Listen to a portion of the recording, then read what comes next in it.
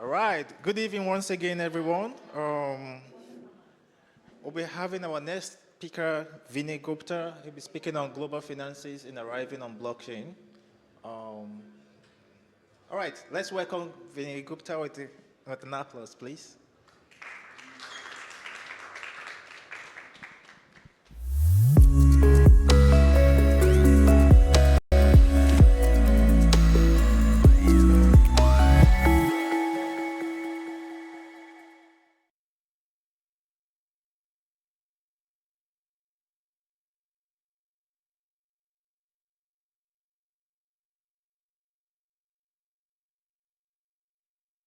Anyone else coming in? Is this it? Oh, let's do this thing.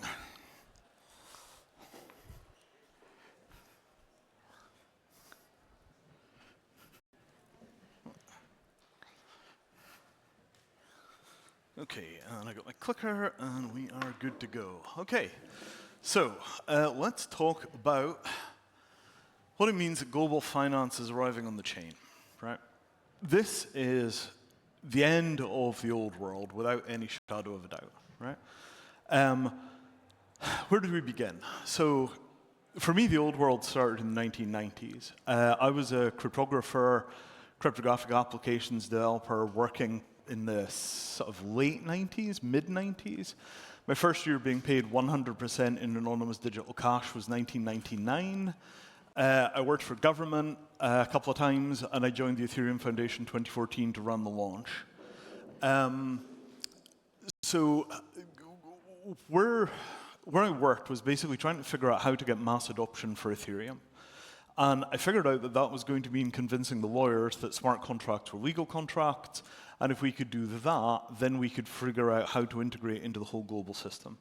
That project is Materium, and that's what I actually do for a living. So I'm working on that integration problem as part of a strategy towards Ethereum mass adoption.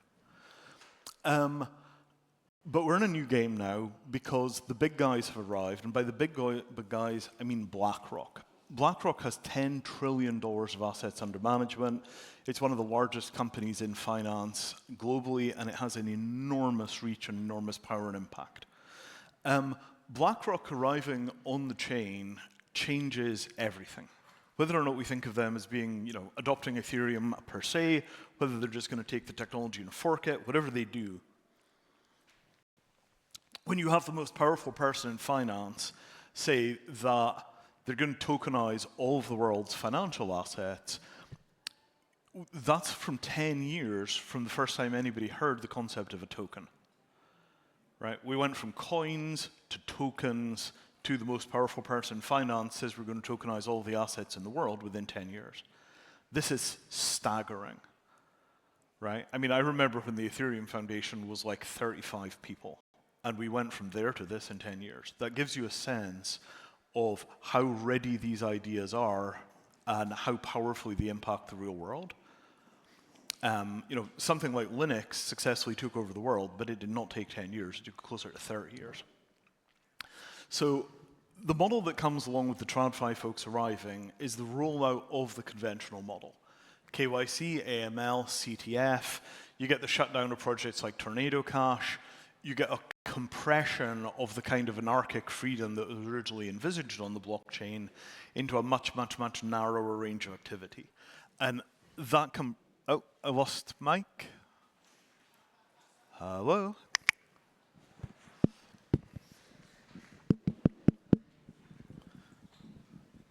Okay. Right. And that compression is extremely destructive to the opportunity for freedom, because as we get more and more and more of these kind of TradFi people coming on board, you get more and more and more TradFi style thinking. And as a result, you kind of get trapped in this position that we're in. So what I'm going to suggest is that by the time BlackRock arrives and says we're going to KYC everything, we've lost our way. And what we need to do is we need to go back to the start and figure out what the true direction was from our original first principles. And for the first principles, I'd like to point to the 1994 Crypto-Anarchist Manifesto. Has anybody heard of this? Good, few hands. Excellent.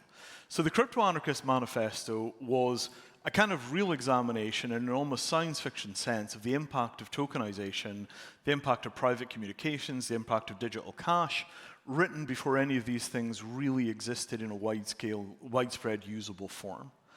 And it's extreme stuff, right? It basically suggests that you're going to get world peace by starving governments of revenue to the point where they can no longer collect taxes to then fight wars, right? 1994, they were making that argument, right? And they were not messing around, right? The tax starvation argument was the core. Now, you guys are mostly Ethereum crowd, right? If you've talked to Bitcoin maxis who are just like, but you don't understand, you're corrupting the vision, if we can't starve the governments of taxes, the world will fall. This is what they mean.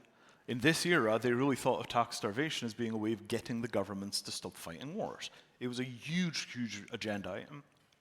So what actually happened from that wave of 90s cryptography is basically nothing. And I want to stress, basically nothing other than trillions of dollars got generated. And the trillions of dollars came because we took this cypherpunk technology for link encryption, so a secure connection between two people with no eavesdropping, and we tied it directly to the commercial system in a way that generated what you would now call e-commerce. And that system, the e-commerce system, goes on to run the entire world from that point out in terms of retail transactions. That is all that became of cypherpunk. To all intents and purposes, it died either in the late 90s or shortly after 9/11. The whole kind of thing got shut down, and we got a very, very thinned down, stripped out version of the future. So this is kind of the bridge that we are at relative to Ethereum and Wall Street, right? The risk is that the 1990s cypherpunk revolution basically winds up as e-commerce, and what will happen to our cypherpunk revolution is that we're going to wind up as another branch of Wall Street. We're just going to wind up becoming the system. And that might make a lot of people very rich, but it's not going to change the world, never mind save it. This, right, comes along and is kind of the midlife kicker, right? Bitcoin, 2008, everybody gets interested in electronic cash again. This could be a thing, but electronic cash doesn't stand alone, right? It doesn't solve the fundamental problems as a single thing. You have to pair it to the rest of systems. You need things like identity. You need the ability to handle non-cash assets. You need the ability to buy and sell. You need marketplaces. So what happens with Bitcoin is Bitcoin works, but then you have to build a whole bunch of extensions around Bitcoin to make Bitcoin useful, and those then become the points at which you get interdiction. The exchanges wind up with problems with KYC. You wind up with hugely intrusive monitoring schemes on the chain itself, right? It's a step towards something, but without, for example, ZK Stark technologies, it's hard to argue that Bitcoin provides the kind of privacy that you expect it to. Even though there are limitations on what Bitcoin offers, you still wind up in a position where the most powerful man in the world, officially, is talking about the tax starvation argument in 2016. So Tim May, who is some random dude off the internet who I think worked for Intel, makes the tax starvation argument in the Crypto Anarchist Manifesto. 22 years later, that's being answered by the most powerful man in the world. Does that sound like we're making progress towards something? Right? But this is clearly not a fight that we can win, right? So we have to start thinking a little more strategically and a little more carefully about what are the fights that we can win and what are the fights that we have to avoid. Because we cannot get into a direct confrontation with the nation state about a lot of this core operational capability, because if we do, we're going to get squashed like bugs, and I want to point to the Tornado Cash thing as an example of that. What we need is a third way. We need a strategy which is not direct confrontation with the state and not capitulation to the nation state, but it allows us a zone of freedom where we can continue to operate and we continue to grow in a way that gets us most of what we want from the deal without having to try and get into a direct showdown with the feds, because nobody survives a direct showdown with the feds. So, as an example of this, right, the most recent situation with Biden, everybody's expecting the ETFs are going to go, it's going to be great, it's going to be fantastic, everything's going to be fine. Turns out the ETFs are not going to go. Huge, huge, huge problems. So what I want to suggest here is that we do not have to be in a position where we're fighting the power directly. The American government have a very confrontational attitude to this stuff. That is not true for the rest of the world. So I want to go back here to a set of slides that I delivered in Prague in 2014 that illustrates a different approach.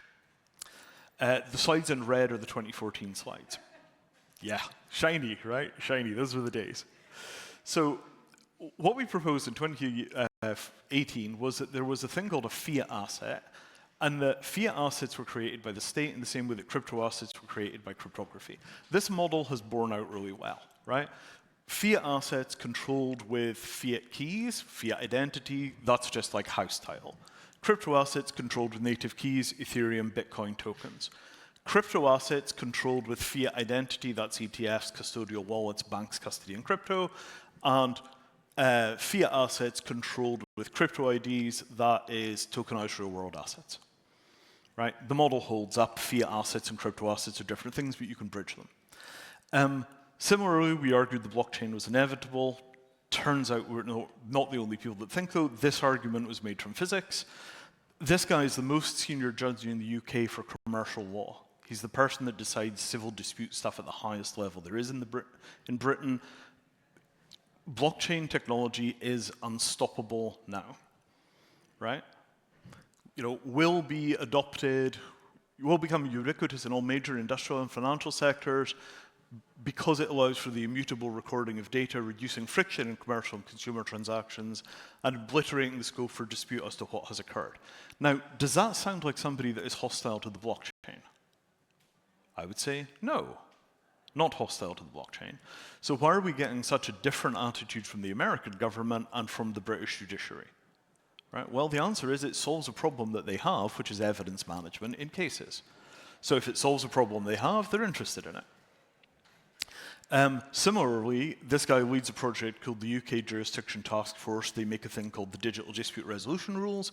It's a set of rules for arbitrating disputes involving crypto assets, and it's about a 15-page legal document that really does a great job of figuring out what you need to do if you're going to be working with crypto assets in legal disputes. It's fantastic. Materium consulted on the creation of that document. We're the first company in the world to use it. So in the UK, there's a really strong base of support for doing stuff on the chain, right? It's not that we're locked into a single way that things can be. The political landscape that governs the blockchain is a complex thing with a lot of moving parts. Corporations, the state, and the people, it varies from place to place. It varies from jurisdiction to jurisdiction. So this whole notion that real-world assets were the future of the chain, in 2018, this was fantasy. But by the time you've got the legal machinery that's being set up in a whole bunch of different countries, in a whole bunch of different jurisdictions, that legal machinery begins to tie together the possibility of actually solving these problems, right? It's gone from way off in the future to right here, right now. So, for example, we speculated that in the future you could take all of this world trade stuff and move it on chain. The enabling legislation called the UK Electronic Trade Documentation Act, ETDA, just passed this year, right? So this stuff is incredibly powerful. UK government says $280 billion a year of efficiency savings from using electronic trade documents. This stuff is mind-blowing, right? Similarly, Lord Mayor of London, head of the UK Financial Centre, shared ledgers, right? Digitization of assets and contracts. Right? So in the UK, they've taken a completely different approach to the American approach. European Union, MiCA. A lot of people are afraid of MiCA. Do not be afraid of MiCA. MiCA levels the playing field, so there'll be a standard set of rules for crypto. And the fact that there's a lot of fighting in America about what the rules of crypto ought to be, and it's become politicized Democrat versus Republican, has nothing to do with what's going to happen with global crypto adoption. If the Americans continue to make a mess of that, if anything, it's going to accelerate crypto adoption in the EU, and the EU is still the largest economy in the world. So, what I want to suggest here is that we are not fighting government on all fronts. There is continuous haggling with the American government. The American government have always had a hard time with crypto, going back 30 years. We should not expect them to change now. On the other hand, London is the largest financial center in the world. The EU is the world's largest economy. Both of those jurisdictions are doing just fine with crypto. Thank you very much. No problems there. So, final section of this, aligning global systems. So in the 1950s and 1960s, there was an incredibly powerful wave of globalization, largely driven by new technology in the form of things like data communications in its very earliest stages, telephony. It was all driven by this very early revolution in communications technology. I think maybe even the first communication satellites. Visa, founded in 1958, the idea was you had a single card that you could take anywhere in the world when you flew, and you could do transactions. At the time, this was thought of as being like a revolution in global finance because it meant that you had one kind of money that could be used anywhere on Earth. It was mind-blowing, incredibly powerful. Right? Similarly, gold, the oldest of technologies, right? And gold, there's no single country that produces it, there's no single country that consumes it. Gold is everywhere for everybody, for everything, and always has been. These are the global decentralized networks that already exist, and these are our natural allies. So there is a sweet spot between Ethereum, contract law under the 1958 conventions, that's standard international arbitration, and the globalized assets. Right? Globalized assets is things like gold that do not have a single country of control. So if you think of like a US company, that is an asset that only exists in America, but if you think of real estate is everywhere. Literally, right? Anybody in the world that has real estate could then tokenize that real estate and potentially sell that real estate. This is a very, very powerful realization because it means that we're not relying on the laws inside of any one jurisdiction about whether or not you can tokenize stuff. If you can tokenize it anywhere, you can sell it everywhere because not all of the assets are contained inside of a simple local nation-state economy. We're not playing on a single playing field. We've got the entire world to pick from. So I want to conclude very quickly here, right? This is not just theory, right? I had more than a decade working at the highest levels in government in a variety of roles in the UK and the US on things like cybersecurity. And I came to the Ethereum project with all of that knowledge and all of the kind of understanding of the long-term landscape that we were looking at that came from having moved through that world and contributed in that world. So when I took off in 2017 to start Ethereum, it was explicitly as a long-term political project to try and make sure that we could get mass adoption, we wouldn't get stuck in the same way that we'd gotten stuck in the 1990s. We know that you can generate trillions of dollars of wealth from cryptography. It's been done already. That was the e-commerce revolution. No little HTTPS padlock, no e-commerce, no Amazon, no Facebook, no Apple. This stuff is the core driver. What e-commerce did for retail, Ethereum could do for real estate. If there's one thing I want you to remember, it's this. There is no global electronic exchange for real estate, right? And the fact that there is no global electronic exchange for real estate is bizarre because there are global electronic exchanges for everything else, but real estate is the world's largest asset class. So if we get one thing right, and that's global electronic exchanges for real estate run on top of Ethereum, we are set for the next 50 years. That's pretty much the definition of victory. Real estate is the last truly epic asset class which has no electronic exchanges. The other thing is gold, right? It is possible to de-dollarize the Ethereum ecosystem, at which point the US government becomes 90% less annoyed with us. Right? What they don't want is dollars bouncing off ZK snarks and then bouncing back into the fiat ecosystem because they lose control of the dollar, and nothing makes the American government more angry than losing control of its assets. So if we simply de-dollarize and we get rid of the dollars in the Ethereum ecosystem so that you just don't have USD anything tokens in that system, dramatically less friction with the Americans, you will get an attitude which is a bit more laissez-faire, because at the end of the day, we're not standing on their shoes. We've done a bunch of work on gold for years, specifically to try and create the opportunity to get away from the dollar ecosystem. And you've got to remember the gold ecosystem is globalized, right? It's Dubai, it's Hong Kong, it's Singapore, it's South Africa, it's Canada, right? All of these global centers for gold have their own law, their own regulation, their own jurisdiction, their own governance, their own rules. And any one of those jurisdictions could provide the necessary physical storage for enough gold to anchor as much stable coin as you wanted to issue. Same thing can potentially be done with real estate. The difference is it's very easy to value gold. It's very easy to audit gold. We do not need to be dependent on the dollar economy for stability in crypto assets. So this model, right, this long-term alignment on global systems, we've been working on that for years because it's only by aligning with the existing global systems that are already decentralized or partially decentralized that we get any kind of long-term prospect of victory. What we want to do is we want to get all of the components of a decentralized world working together. Contract law, global assets, and Ethereum. Final thing is, just as a kind of gag, it's not just this world. So we've just announced a partnership with an outfit called Project Moonhat. Project Moonhat has probably the best shot right now of getting human habitation on the moon, and it's a very, very technically conservative project. They're not doing anything particularly new with technology. They're taking the same basic structures that you use in the International Space Station, but they're building them on the moon. Right? They've already got an enormous partner network towards that goal, including groups like Lockheed Martin.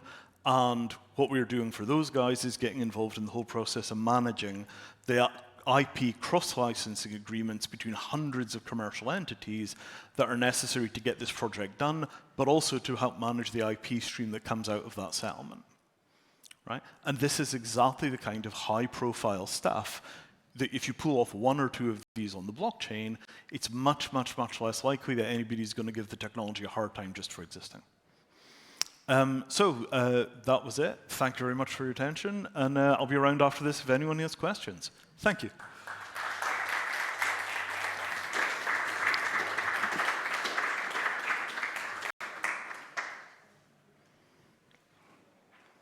All right, great. Do we do questions now? I don't think we do we? I don't know.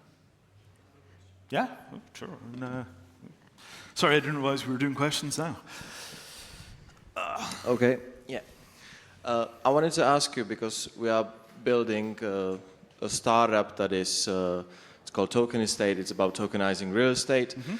And we are right now working on POC, but one of the, it's more like a moral dilemma, is if this really catches on, and to the part that you said, and we create a digitalized real estate market, wouldn't it really hinder the opportunity for people to buy real estate in different areas?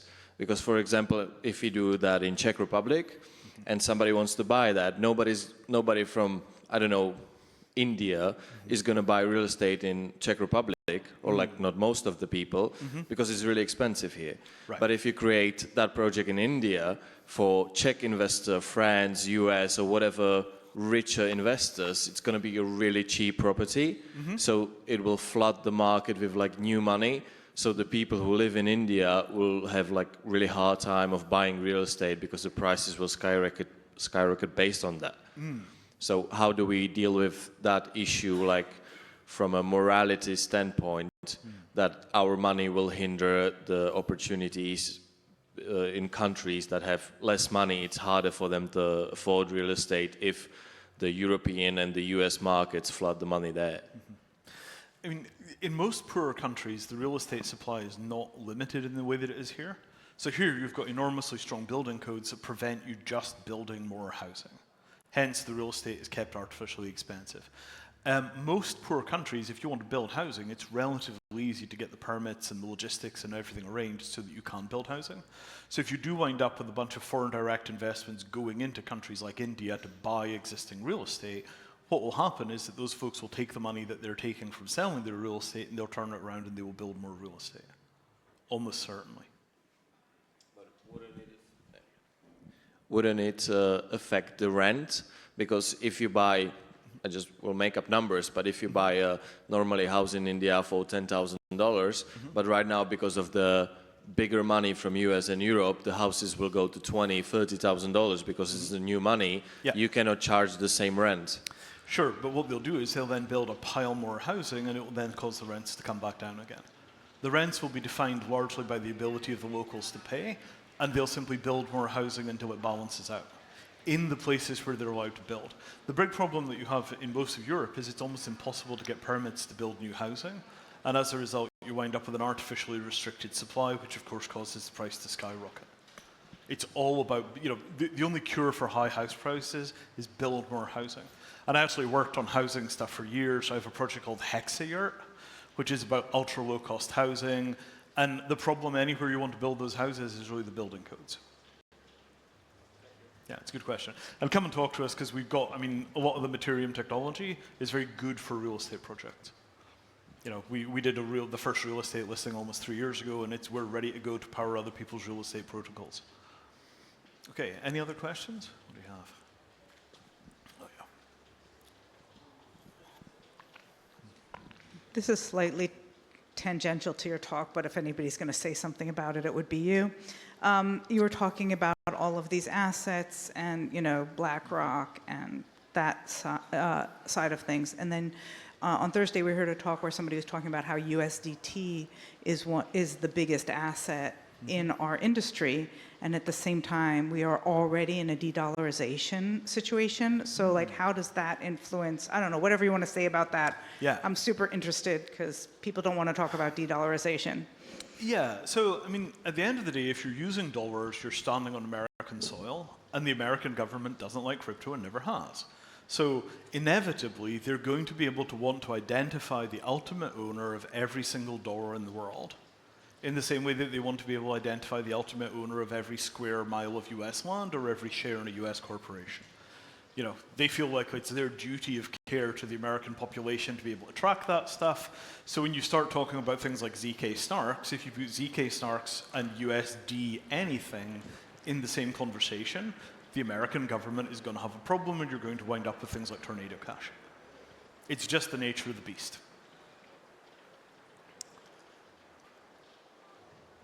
Okay, are there any more questions? We're wrapping.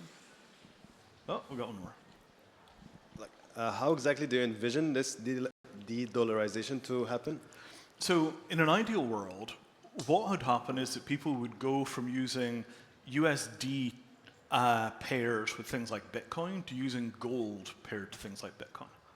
So gold up until 1970-ish, all of the world's currencies were backed by gold. So gold was the absolute stable unit for all of the world's governments. And then things like a dollar would be worth so much gold. And the amount of gold that you would get per dollar was fixed. So in the UK, we didn't use gold for this purpose. We used silver, and a pound was 1 pound of silver. So 1 pound is, I don't know, whatever it is, 550 grams or something.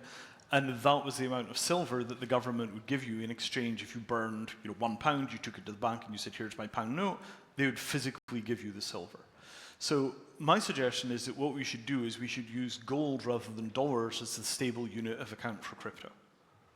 And you wind up with a 2-asset portfolio, which is gold for the stable asset and Bitcoin or Ether or some other crypto asset for the volatile asset. And that pairing gets you all the benefits without having the entanglement in a fiat economy. Right? Gold is not issued by government, and there are a number of governments that have very strong gold plays. It becomes a different kind of relationship because you're no longer working with a country that has a 30-year hostility to crypto. You're working with Singapore or Hong Kong or Dubai, who are jurisdictions that don't care. But isn't it easier to denominate my assets in something that I can relate with? Like I can buy coffee in dollars, but I cannot buy coffee in gold, so it's easier for me to reason about or have an understanding of my portfolio? Well, going from gold to dollars, if you want to keep track in dollars, is very easy, right? The gold exchange rate is very easy to find, it's very well established, it's very stable, right? So people can still look at their balances and see how much money they have in dollars, but the underlying storage of wealth is either going to be an asset that's inside of the federal system or it's going to be outside of the federal system. So my suggestion is that people should try and move their assets outside of the American system, because at the end of the day, when all is said and done, the American government is not going to permit anonymous money, right? And it's not likely that people will casually permit anonymous gold, but it will be a very different kind of negotiation with relatively small countries about exactly what the rules are for doxing people when they've got large holdings of things like gold. It's just not the same kind of incentive for massive transparency at every level. There's a little more room for financial privacy in, for example, Switzerland. So if you end up with your wealth held in the Swiss system as gold stored in a vault in Switzerland, you get Swiss banking privacy protection, which is a completely different thing from dollars. And that's what you're really doing, is if you use gold, you get to jurisdiction shop for the kind of banking privacy regulations that manages your stable assets. That's what gold gets you. It gives you the ability to shop for the right kind of banking privacy law.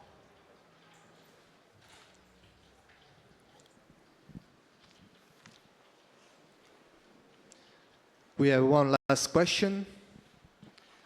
I'll keep it brief, but so you told about NFTs basically to kind of invest in gold bars, right?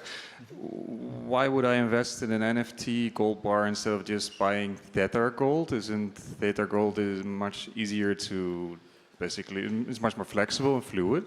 Yes. So the issue with gold is partial ownership of bars is very legally messy. So if you've got 5 people that all own 20% of the same gold bar, if there's some kind of problem like the entity that owns the gold bar goes bankrupt or they discover that there's some kind of fraud, it becomes very legally difficult to figure out exactly who owns what parts of what gold bars. And the real problem with this is very technical, but it's to do with bankruptcy preference. So, bankruptcy precedence. So if I have basically an IOU that says I owe you 200 grams of gold, and I go bankrupt, your IOU goes into a list with all the other IOUs, and you may only get a fraction of the gold that you're owed, depending on what debts the bankrupt entity has. If, on the other hand, you have a certificate that says I own bar 1234, and you are paying the storage for the bar 1234, in the event of a bankruptcy, the auditors that are going over this thing, the receivers, will see very clearly that that bar happens to be in my custody, but the entity that goes bankrupt is not the entity that owns that bar, it's owned by one of their customers. So at that point, there's a very strong probability that you'll get the entirety of your value back. And that's kind of a technical point, and there are in some jurisdictions other ways of handling that point. But in general, for simplicity and ease and clarity of audit, you really want a simple relationship of one bar, one NFT, and the storage fees should be paid by the entity that owns the NFT. It's a little inconvenient, but it's much, much safer. I understand. And if I theoretically would burn the NFT, I could get the bar of gold sent to me. Exactly. Brilliant. All right. And we've already done that. We did a test batch of bars about 3 years ago, and everybody involved burned their NFTs and got physical delivery of the bars. And it was much harder than expected because we hadn't accounted for some of the problems of customs and stuff like that, but we did eventually get every single person their value or their bar. Okay, awesome, thank you. That's welcome. Thank you very much. Let's give a big applause to Vinay Gupta.